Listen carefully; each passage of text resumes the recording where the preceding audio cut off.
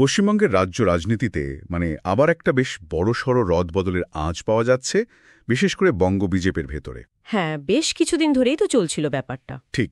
আর এখন যে প্রবন্ধটা আমরা দেখছি তাতে তো বলছে রাজ্য সভাপতি পদে শ্রমিক ভট্টাচার্যের নাম প্রায় নিশ্চিত। একদম, প্রায় চূড়ান্ত বলেই মনে হচ্ছে। তো আজকের আলোচনাটা এই নিয়ে। এই সম্ভাব্য নিয়োগ, এটা কি শুধুই একটা মুখের পরিবর্তন, নাকি এর পেছনে ২০২৬ ভোটের কথা মাথায় রেখে কোনো গভীর কৌশল আছে? আমরা ওই প্রবন্ধের বিশ্লেষণটাই তুলে ধরব। হ্যাঁ, প্রবন্ধটা যেভাবে বিষয়টাকে দেখছে আর কি, তাতে মনে হচ্ছে এটা মোটেই একটা সাধারণ রদবদল নয়।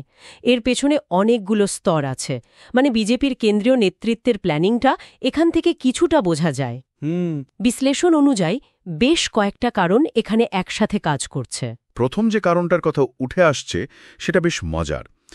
শ্রমিক ভট্টাচার্য তো দলের সঙ্গে সেই সময় থেকে, যখন বিজেপির ভোট ছিল ধরুন মাত্র ৪%। হ্যাঁ, একেবারে গোড়ার দিকের সময়ের কথা। তো এই আদি বিজেপি পরিচয়টা, এটা কি সত্যিই দলের ভেতরে যে পুরনো আর নতুন কর্মীদের মধ্যে একটা চাপা দ্বন্দ্ব বা ক্ষোভের কথা মাঝে মাঝে শোনা যায়, সেটা মেটাতে সাহায্য করবে?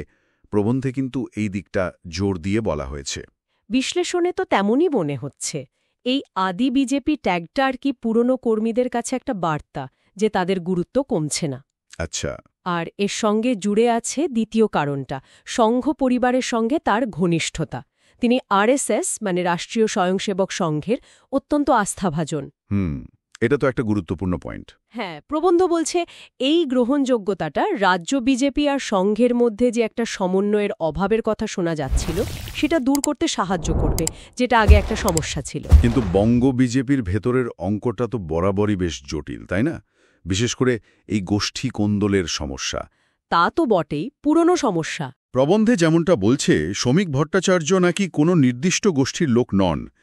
এই নিরপেক্ষতা, এটা কি সত্যি সবাইকে এক ছাতার তলায় আনতে পারবে? অতীতে তো এই চেষ্টা খুব একটা সফল হয়নি। সেটাই তো এখন দেখার।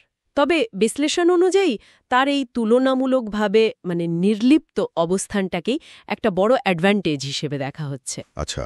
এর সঙ্গে আরও দুটো ব্যাপার যোগ করা হয়েছে। এক, তার পরিচিত বাগ্মিতা, যেভাবে তিনি কথা বলেন সেটা দলের বার্তা লোকেদের কাছে পৌঁছে দিতে খুব জরুরি। হ্যাঁ, সেটা তো ঠিক। আর দুই, তিনি তো এখন রাজ্যসভার সাংসদ, তাই আপাতত ভোটে দাঁড়ানোর চাপ নেই। ফলে তিনি পুরো ফোকাসটা দিতে পারবেন সংগঠন গোছানোর দিকে। এই সাংগঠনিক দিকটা। হ্যাঁ, প্রবন্ধে সাংগঠনিক মনোযোগটাকেই খুব গুরুত্বপূর্ণ বলা হচ্ছে, বিশেষ করে ২০২৬-এর প্রস্তুতির জন্য। আর সপ্তম যে কারণটার কথা বলা হয়েছে সেটা তো বেশ ইন্টারেস্টিং। প্রায় মাস্টার স্ট্রোক বলছে বিশ্লেষণটা। হ্যাঁ, ওই পুরনো অভিযোগের ব্যাপারটা। ঠিক। অতীতে তৃণমূল তার বিরুদ্ধে কিছু অভিযোগ এনেছিল, যেগুলো পরে আদালতে টেকেনি, মিথ্যা প্রমাণিত হয়। হ্যাঁ। এখন যদি বিরোধীরা আবার সেই পুরনো প্রসঙ্গ তোলে, তাহলে বিজেপি নাকি পাল্টা সাম্প্রতিক কিছু ঘটনা, যেমন ধরুন সন্দেশখালি বা নারী নির্যাতনের মতো বিষয়গুলো আরও জোরে সামনে আনবে। এই রকম একটা কৌশলের কথা বলা হচ্ছে। ঠিক, অর্থাৎ বিপক্ষের পুরনো অস্ত্রকেই ঘুরিয়ে ব্যবহার করার একটা চেষ্টা। বেশ কৌশলগত চাল বলতেই হবে।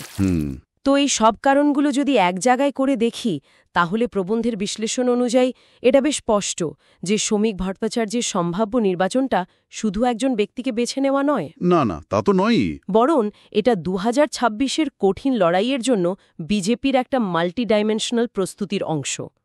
তবে দেখুন, আমরা এখানে শুধু বিশ্লেষণে কি বলা হচ্ছে সেই কৌশল আর তার পেছনের যুক্তিগুলো তুলে ধরছি।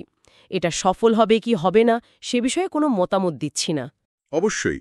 তাহলে মোদ্দা কথা যা দাঁড়াচ্ছে, এই সম্ভাব্য বদলটা বঙ্গ বিজেপির ভেতরের কেমিস্ট্রি ঠিক করা থেকে শুরু করে একেবারে ভোটের ময়দানের স্ট্র্যাটেজি, সব কিছুকে এফেক্ট করতে পারে। অন্তত যে প্রবন্ধটা আমাদের হাতে আছে তার বিশ্লেষণ তো সেদিকেই ইঙ্গিত করছে। একদম। তবে কি জানেন তো, সব কৌশলের আসল পরীক্ষা তো হয় ভোটের মাঠে। ঠিক। প্রবন্ধটাও শেষে একটা বড় প্রশ্ন কিন্তু রেখে গেছে, বিজেপির এই সম্ভাব্য নতুন কৌশল, এই নতুন মুখ, এটা কি সত্যি ২০২৬-এ পশ্চিমবঙ্গের ক্ষমতার খেলায় কোনো বড় পরিবর্তন আনতে পারবে? সেটাই আসল প্রশ্ন। এই পদক্ষেপ রাজ্য বিজেপির পালে কতটা হাওয়া লাগায়, নাকি সামনে আরও নতুন কোনো চ্যালেঞ্জ এসে দাঁড়ায়, এই ভাবনাটাই এখন সবচেয়ে গুরুত্বপূর্ণ। এটা এখন দেখার বিষয়।